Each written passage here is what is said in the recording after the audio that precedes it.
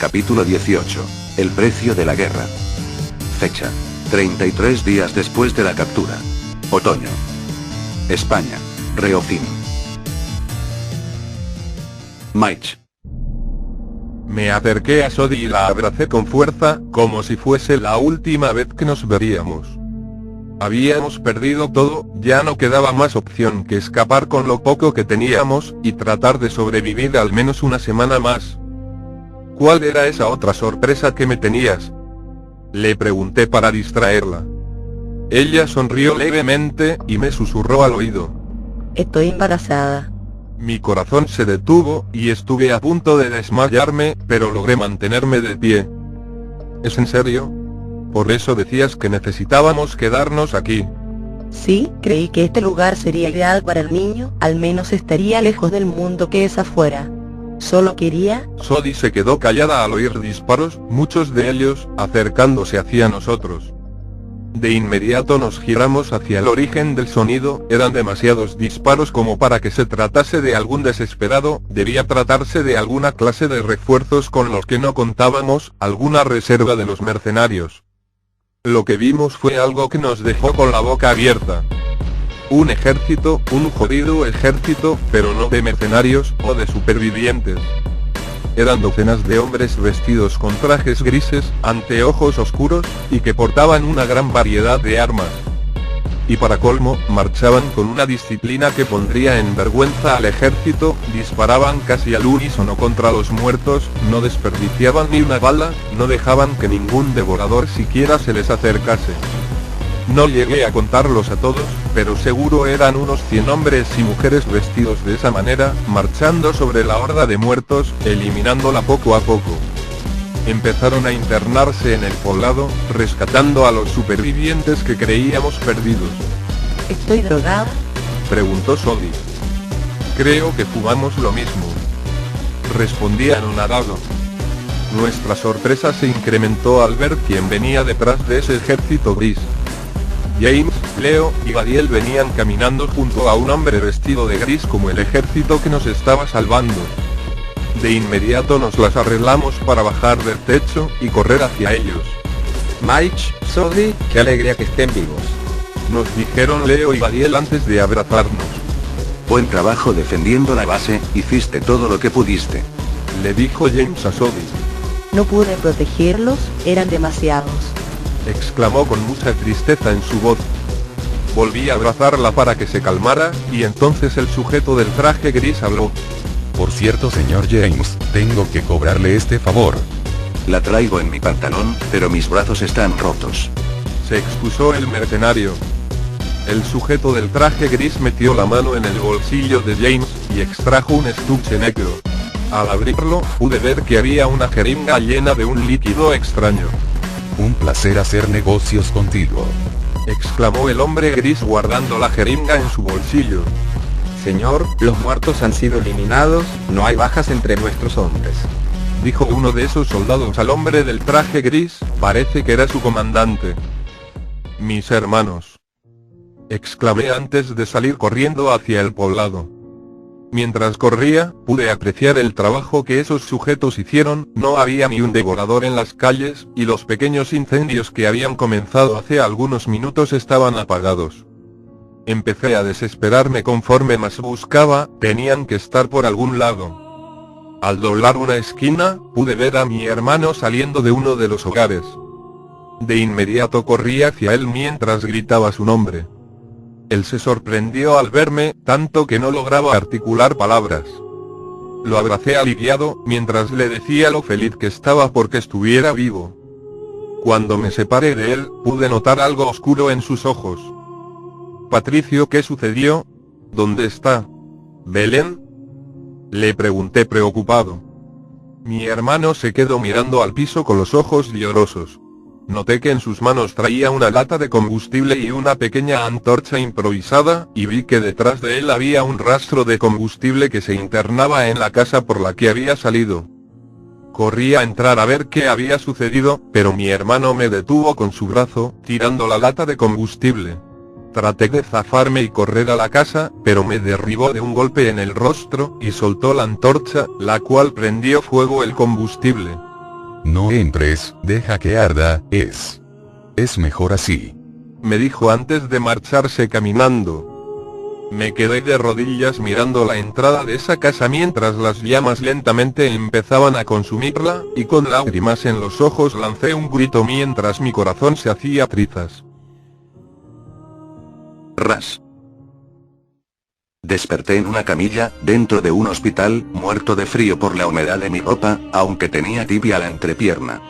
Al fin despertó el feo durmiente. Dijo James con cierto enojo en su voz.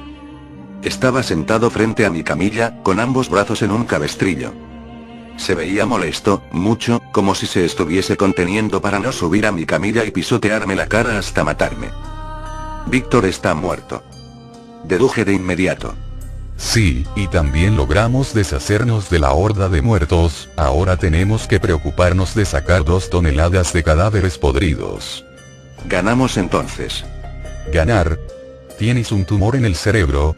La mitad de la base prácticamente desapareció, lo mismo que con los cultivos, y la gente que los mantenía. Tenemos a más de la mitad de la población restante de la base en enfermería, algunos de ellos con mordidas. El aeropuerto se salvó, pero la pista de aterrizaje está destruida, y tampoco tenemos forma de comunicarnos con nuestras bases en Estados Unidos o Sudamérica, así que no podemos avisarles que no envíen el siguiente avión con supervivientes aquí, y cuando llegue, no le quedará más opción que estrellarse. James se recostó sobre el espaldar de la silla mientras daba un largo suspiro, calmando un poco su ira. No tenemos municiones, los medicamentos se están agotando, la mitad de los edificios están en ruinas o dañados por fuego, la mayoría de la comida está destruida, y se acerca el invierno. Tendremos suerte si llegamos a ver la primavera. Ni siquiera me había puesto a pensar en lo que desataría esta pequeña guerra que armamos contra el ojo sangrante. James tiene razón, nadie ganó en esta pelea.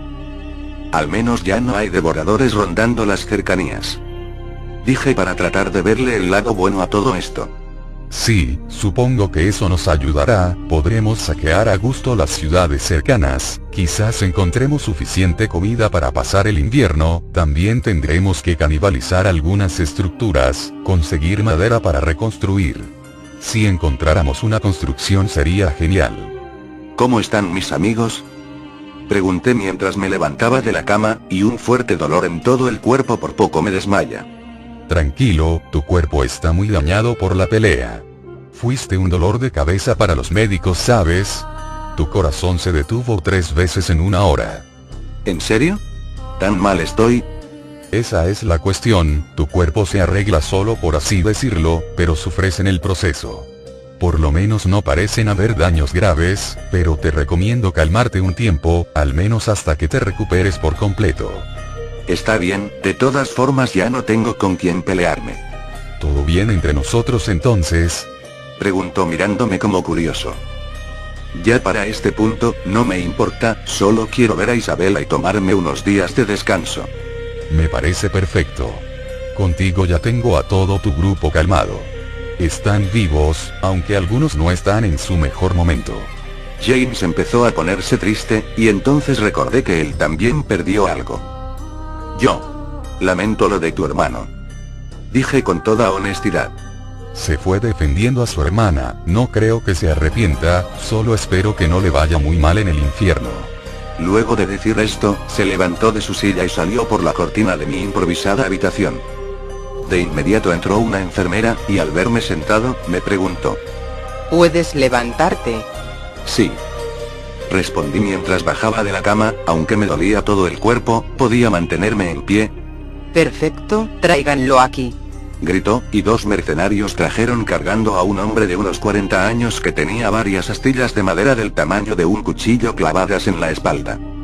Los soldados lo acostaron boca abajo sobre la camilla, y la enfermera me pidió que saliera del hospital, que necesitaban espacio. Salí del improvisado cuarto, y me topé con el precio de la guerra. Los cientos de heridos de los que James me había hablado, una cosa era que me lo dijera. Una muy distinta, era verlo. Había personas por todas partes, cada centímetro cuadrado del hospital era usado para atender a los heridos. Todos estaban en camillas o en colchonetas, y los que podían mantenerse en pie como yo eran llevados afuera. Los médicos, aun siendo cerca de una docena o más, no daban abasto con los heridos. Además de ellos, también había varios mercenarios ayudando en lo que podían, muchos de los heridos eran compañeros suyos, o incluso familiares. Empecé a caminar por el medio del hospital, observando la escena. Vi como varios mercenarios luchaban para mantener a su compañero en la camilla, mientras el doctor le amputaba un brazo con una sierra. Al otro lado, una enfermera bastante joven trataba de sacar esquirlas de bala del vientre de un hombre. El sujeto empezó a convulsionar, y la enfermera, aterrada, dejó sus herramientas y entró en shock. Empezó a temblar, se arrodilló en el suelo abrazándose a sí misma y estalló en lágrimas mientras decía: Lo siento papá, no puedo ayudarte.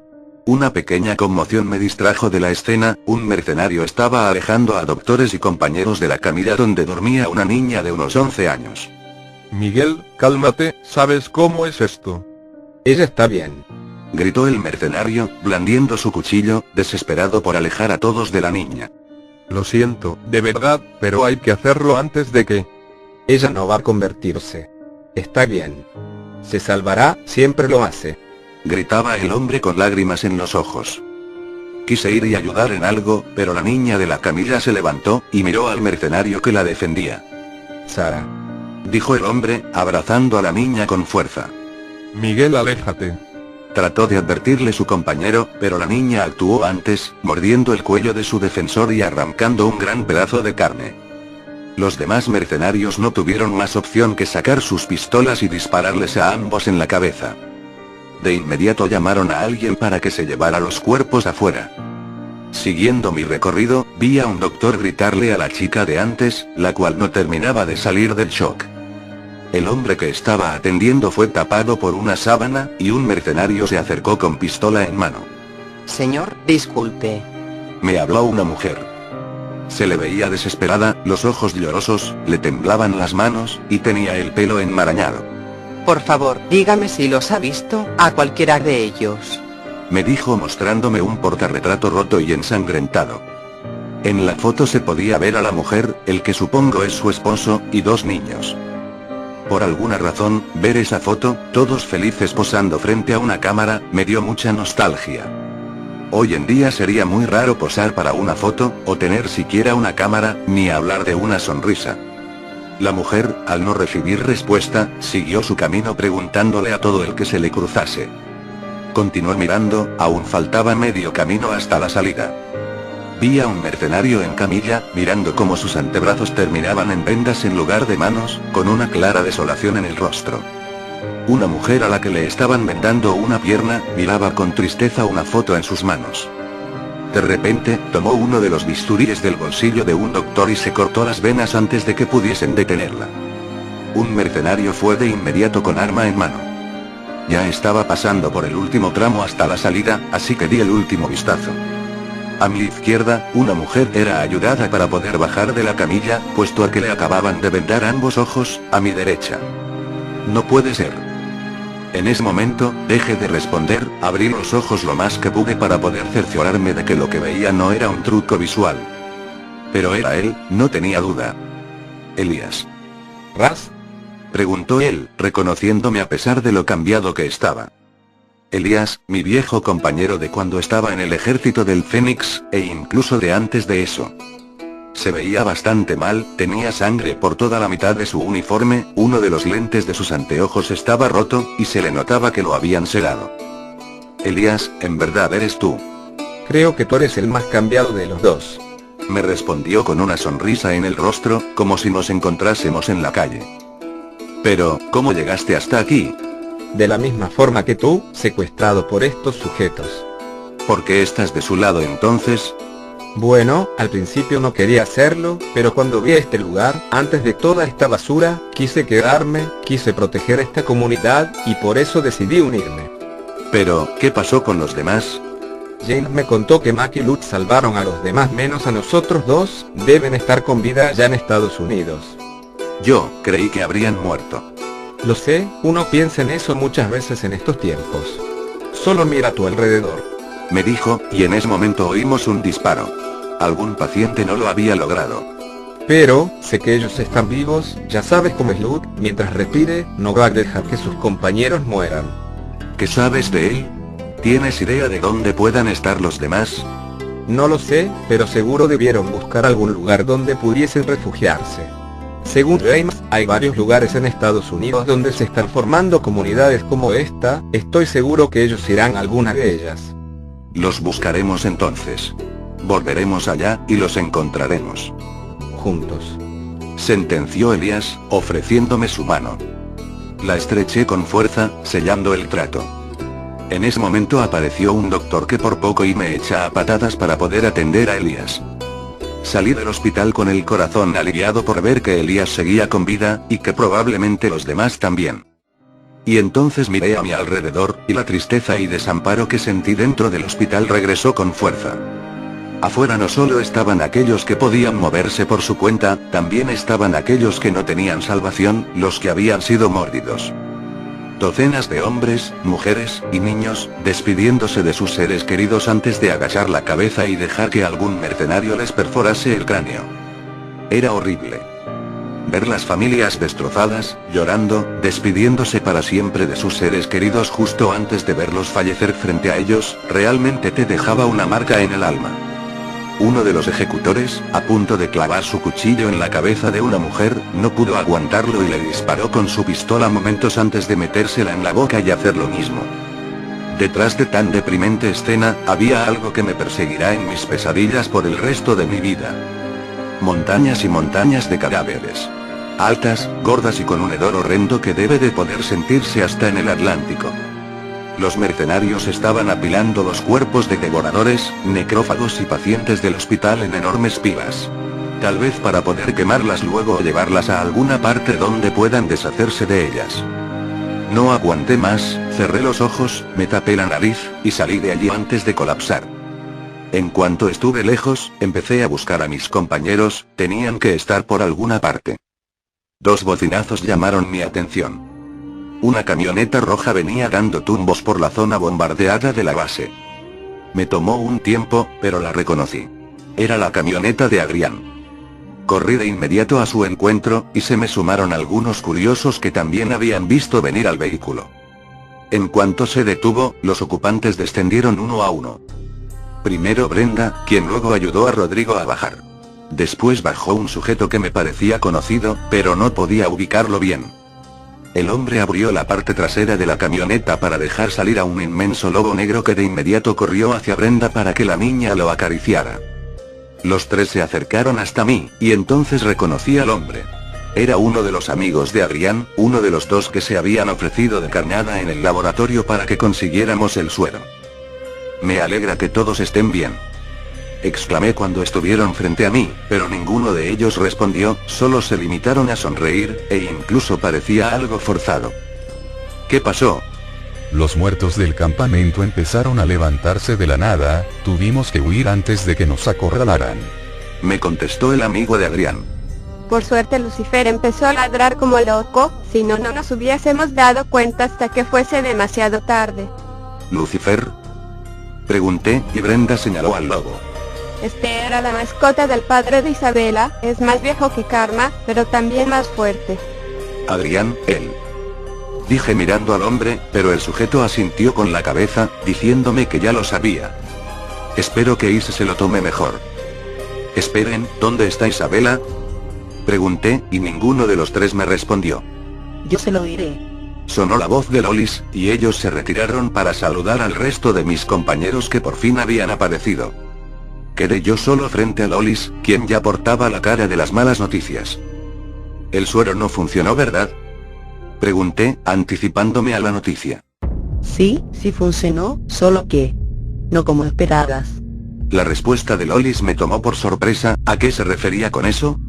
Cuando fui a verla, la vi parada en medio de su cuarto, creí que había funcionado, pero entonces empezó a enloquecer. ¿Cómo que enloquecer? No sé qué le estaba pasando, si era esquizofrenia o algo así, pero estaba gritando como loca, tapándose los oídos. Decía que escuchaba voces, que no se callaban, pedía que la dejaran en paz, lo gritaba. Y así de la nada empezó a destrozar todo. Me sorprendía que tuviese tanta fuerza a pesar de haber estado en cama por tanto tiempo. Y luego, cuando se calmó un poco, quise acercarme, tratar de tranquilizarla de alguna forma, pero entonces volteó a verme. ¿Qué demonios le estaba pasando a Ise? ¿Acaso esto era un efecto secundario del suero? ¿Y qué pasó? ¿Trató de atacarte? ¿Qué? Dímelo. Sus ojos habían cambiado completamente. No como los tuyos, los de ella parecían los de un animal, los de una bestia furiosa. Me aterré, me asusté tanto que no pude dar ni un paso más, y entonces los devoradores se levantaron y vinieron por nosotros. Salí corriendo de allí, y dejé a Ise atrás. La dejaste. Mis nudillos comenzaron a crujir de lo fuerte que los estaba apretando. Ella. Cuando estaba subiendo a la camioneta, apareció detrás de mí y... Lolis se quedó callada unos momentos, y luego se descubrió el hombro izquierdo, mostrando una mordida aún fresca en ella. No creo que le haya pasado nada, los muertos la ignoraron por completo. Luego de quitármela de encima, fuimos del campamento y vinimos aquí. Mi mente se puso en blanco en ese momento, tratando de analizar la información que me había dado Lolis, pero nada parecía tener sentido. No, no puede ser, tiene que haber algo mal, tengo que encontrarla. Pasé al lado de Lolis y empecé a correr hacia la entrada de la base. Ras, ¿a dónde vas? Ras. Gritaban mis compañeros, pero no tenía tiempo para ellos. Tengo que encontrar a Ise, tengo que encontrarla y averiguar qué pasó con ella, que salió mal. ¿Qué fue lo que le hice? James. 6 horas antes, ruinas de la torre de mando. Tú, maldita escoria traidora. Me insultaba Víctor mientras se retorcía bajo los escombros, tratando de liberarse. Mentiría si dijera que lamento que termináramos así. Admití mientras me acercaba. Bastardo desagradecido. Yo te di todo lo que tienes ahora. Lo sé, y estaba satisfecho con eso, hasta el día en el que decidiste administrarte esa sangre, pensando que nos hacías un favor al hacerte el conejillo de indias, pero solo nos jodiste más de lo que estábamos. ¿De qué hablas? Preguntó el iluso. Le robaste al viejo, a Villalba. ¿Creíste que no se daría cuenta? Vino en persona a recuperar las muestras que robaste, con un ejército de sus criaturas. Y mientras tú dormías como la bella durmiente, yo tuve que ir a darle explicaciones. Logré hacer que se fuera diciéndole que habías actuado por tu cuenta, pero nos mantuvo vigilados desde entonces. Yo asumí el mando, controlé todo lo que entraba y salía de la base, organicé las partidas de cacería de supervivientes, y conocí a algunos amigos. Uno de ellos, me dio la sangre de Richard, la que te sacó del coma. Si también iban las cosas sin mí, ¿por qué me despertaste? Porque no se suponía que despertaras. Queríamos ver qué efectos tenía el combinar ambas sangres en un mismo cuerpo, pero lo último que esperábamos era que eso te devolviera la conciencia. Y como si eso no fuese lo suficientemente malo, de inmediato asumiste el mando como si todo el tiempo que estuviste ausente no fuese nada. Querías terminar con las cacerías, volver a oponerte a Villalba, hasta querías deshacerte de los pocos experimentos que tanto me habían costado conseguir. Por supuesto que quise oponerme a ese loco, y tú también, por eso robaste esos experimentos. Te confieso algo. No los robé, fueron un regalo. ¿Qué? Preguntó sorprendido. Me los dio una amiga muy querida, una mujer muy lista, tanto o quizás más que Villalba.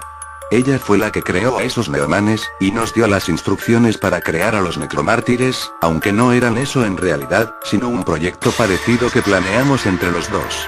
Irónicamente, cuando necrotizaste a ese chico del brazo faltante, nos diste los primeros resultados positivos de las pruebas. Creo que te estoy entendiendo. Dijo Víctor con más furia que antes, aunque la estaba controlando mejor. Quisiste este motín desde el principio. Por eso me pediste que tus hombres se encargaran de la prisión de las minas y la comunidad. Los reportes de maltrato a los prisioneros, y el descontento de la comunidad, eran obra tuya, ¿no es cierto? Ensuciar tu nombre fue fácil gracias a tus arranques de ira y poca paciencia. No me tomó mucho poner a la mitad de la base en tu contra. Por eso insistías en seguir con las cacerías de supervivientes, y que yo asistiera a ellas.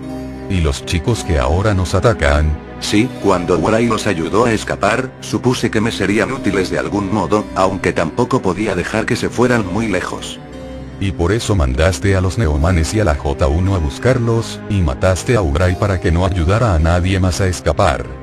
Así es, y cuando transformaste a su compañero en necromártir, supe que no descansarían hasta hacértelo pagar. ¿Y qué hay con el bombardeo a la ciudad? Me pediste que lo hiciera aún sabiendo que tu hermano estaba allí, que eso no hubiese arruinado tus planes. Muy por el contrario, me encargué de que un amigo les avisara del bombardeo antes de que ocurriera. No quería matarlos, pero esa demostración de fuerza era lo que necesitaban para decidirse por atacar. Aun si no lo hacían, iba a tratar de tomar la base con mis hombres y los supervivientes, de una forma u otra. Hoy caías, viejo amigo. Le dije mientras recargaba mi revólver. Eres un desgraciado traidor y mentiroso. ¿Vas a hacer qué? ¿Contarles a los demás? Dudo que te crean ahora. Estás solo, Víctor. Le dije mientras le apuntaba a su cabeza. Víctor me miraba con un odio puro, podía verlo en sus ojos. De pronto, el color de sus ojos cambió a un gris brillante, y su piel se puso más roja que antes. De inmediato disparé, pero la bala rebotó contra su frente, sin hacerle ningún daño. ¡Oh, mierda!, exclamé antes de salir volando contra una pared. 6 horas después. Mierda, fue difícil, mucho más de lo que pudiese habérmelo imaginado, e incluso podría ponerse peor, pero al fin la base es mía. Solo debo arreglar el equipo de comunicaciones para poder contactarla y... Señor James, dijo uno de mis subordinados al entrar a mi habitación. ¿Qué sucede? el equipo de búsqueda no pudo encontrar a su hermana. ¿De qué estás hablando? Encontramos la zona de impacto, pero no había rastros del cuerpo. No les pedí encontrar un cuerpo, les pedí encontrar a mi hermana. Debe estar en alguna parte. También notamos que el cuerpo de Víctor ha desaparecido, al igual que el del Baltimore y el Marauder. ¿Desaparecieron? ¿Cómo van a desaparecer un par de...? Ese desgraciado. Señor, olviden la búsqueda, ya debieron haberse ido del país para este momento. Mi subordinado obedeció dejándome solo otra vez. Ese maldito de traje gris debió llevárselos, sabía que ese favor que me dio no iba a salirme barato. Lamentablemente no se puede hacer nada, ese tipo es como una sombra, en cuanto se mete en la oscuridad, ya no lo puedes encontrar. Lolis. ¿Dónde estás?, pregunté al llegar al punto de encuentro. ¿Hiciste lo que te pedí? Me preguntó apareciendo de entre las sombras, como la última vez. Sí, aunque no creo que reaccionara como querías, sí, incluso me atacó. Eso era de esperarse, y no te preocupes por la mordida, no te afectará para nada. Dijiste que sabías de mi hija. Dime dónde está, por favor. Tu hija y su novio escaparon de la ciudad cuando todo comenzó, pasaron varios días reuniendo suministros, y decidieron ir a buscar a sus padres. Su viaje fue algo largo, pero pudieron superarlo juntos, hacían buen equipo. Lamentablemente, llegaron a un punto donde tuvieron que decidir por quién irían primero, y discutieron durante toda la noche. Pelearon, hubo algunos golpes incluso, y decidieron separarse para buscar cada uno a sus familiares. El chico se fue caminando, dejándole el vehículo a tu hija, y ella siguió su camino sola, lo cual la entristeció bastante. Su novio recapacitó mientras caminaba, y decidió regresar para buscar a tu hija, pero lo que encontró fue una horda de muertos que acabó con él. Mientras tanto, tu pequeña llegó a una gasolinera donde fue emboscada por un grupo de bandidos. La esclavizaron y abusaron de ella durante días, hasta que otro grupo de supervivientes pasó por ahí, y al descubrir la trampa de los bandidos, decidieron matarlos a todos. Tu hija murió en el fuego cruzado luego de sobrevivir 4 meses en el apocalipsis. Mi hija. Caí al suelo, no podía aguantar las lágrimas. No puede ser, primero Adrián y ahora mi hija. No, por favor, ella nunca dañó a nadie, ¿por qué tenía que morir? El hombre del traje gris iba a retirarse, pero aún tenía algo que preguntarle. ¿Qué fue lo que le inyecté a esa niña? El hombre se dio la vuelta, y con una sonrisa, respondió. Una corona.